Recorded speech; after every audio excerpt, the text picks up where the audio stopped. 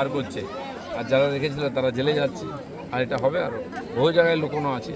সাধারণ গরিব মানুষের জন্য যে ত্রাণ এসছে সেটা পৌঁছয়নি, নেতারা রেখে দিয়েছে বছরের পর বছর। শহর থেকে গ্রাম সব জায়গায় পাওয়া যাচ্ছে। খুবই অন্যায় কাজ, তার ফল ভোগ করতে হবে। তৃণমূল কাউন্সিলর অনন্যা বন্দ্যোপাধ্যায়ের ওয়ার্ড অফিসের ছবি দেখে ভিড়মি খাওয়ার জোগাড়। তার ওয়ার্ড অফিসে সুসজ্জিত মেকআপ রুম, রয়েছে বিছানা, ড্রেসিং টেবিলও।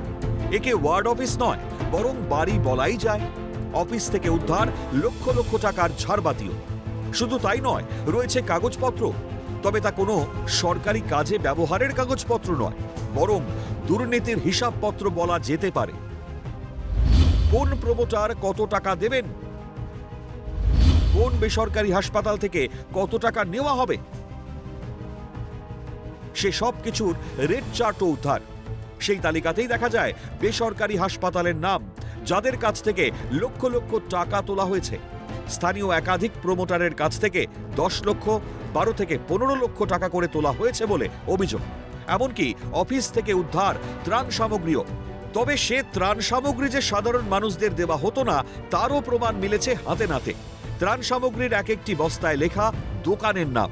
কোন কোন দোকানে ওই ত্রাণ সামগ্রী বিক্রি করা হবে সেসবের হিসেব নিকেশ করেই আলাদা আলাদা করে রাখা হতো বলে সূত্রের খবর। এছাড়াও মিলেছে একাধিক বাড়ির দলিল, নগদ 12,000 টাকা। আমরা বিগত এই বাসিন্দা এলাকার কাছ থেকে খবর পাচ্ছিলাম ফোনে যে দাদা আপনারা আসুন, এখান থেকে দিনে রাতের অন্ধকারে ভোরবেলায় মাল পাচার হচ্ছে। গাড়ি মাল কি ধরনের মাল? ত্রাণ সামগ্রী, ফাইলপত্র, ডায়েরি, খাতা, এই সমস্ত কিছু এখান থেকে পাচার হচ্ছিল। আমাদের এলাকাবাসীরা আমাদের ফোন করে জানিয়েছে।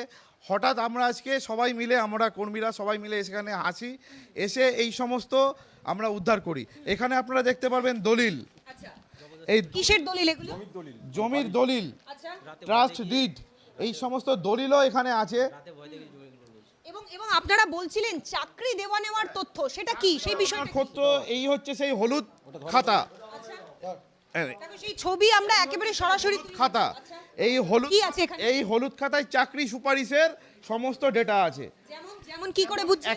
109 নম্বর ওয়ার্ডে, ওয়ার্ড জুড়ে এলাকায় কোন কোন তৃণমূলের ছেলেদেরকে চাকরি দেওয়া হবে সমস্ত তালিকা।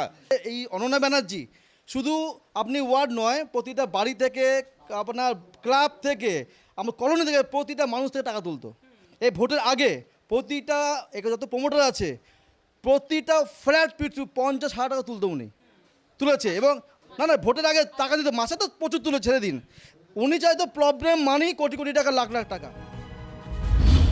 তবে এখন প্রশ্ন উঠছে, ওয়ার্ডের কাউন্সিলরের অফিসে এসব থাকবে কেন?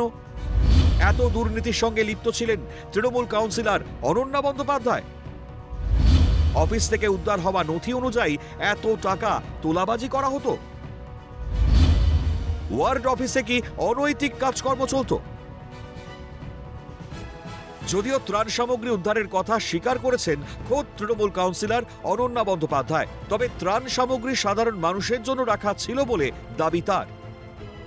খুব স্বাভাবিক, যেমন আপনি আপনার অফিস না থাকলে আপনি কাজ করতে পারবেন না, সেই রকম কলকাতা কর্পোরেশনের অফিসে জামা কাপড়, কম্বল, ত্রিপল, লোক গরিব মানুষ আসেন, তাদের বিভিন্ন মরশুমে দিতে হয়।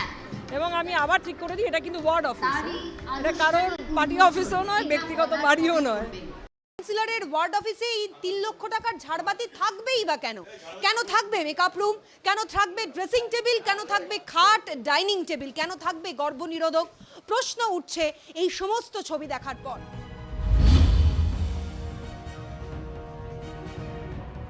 আমরা তো বলে এসেছিলাম 15 বছর, এখন আমরা দেখতে পাচ্ছি যে কাউন্সিলরের বাড়ি, ওয়ার্ড অফিস, আসানসোল কর্পোরেশনের স্টোর রুম, হাজার হাজার বুট, কর্মীরা হাওয়াই চপ্পল খালি পায়ে নালি পরিষ্কার করছে, অথচ হাজার হাজার বুট, হাজার হাজার ঠেলা গাড়ি ময়লা পরিষ্কার করার, হাজার হাজার ডাস্টবিন যেগুলো মানুষের বাড়িতে দেওয়ার কথা ছিল সেগুলো রেখে দিয়েছে, তিরপল, ফুটবল। আরে চুরি তো করেছেন 15 বছর, এগুলোও চুরি করে কিছু টাকা আদায় করার কথা ভেবেছে। কোথায় গেল সম্মান? মানুষের সম্মানের কথা একবারও ভাবলেন না। কিসের জন্য রাজনীতি করা? ক্যামেরায় সুদীপ্ত দত্ত, নিখিল দাসের সঙ্গে অবিরূপা সাহা, খালিদ জামালের রিপোর্ট, ক্যালকাটা নিউজ।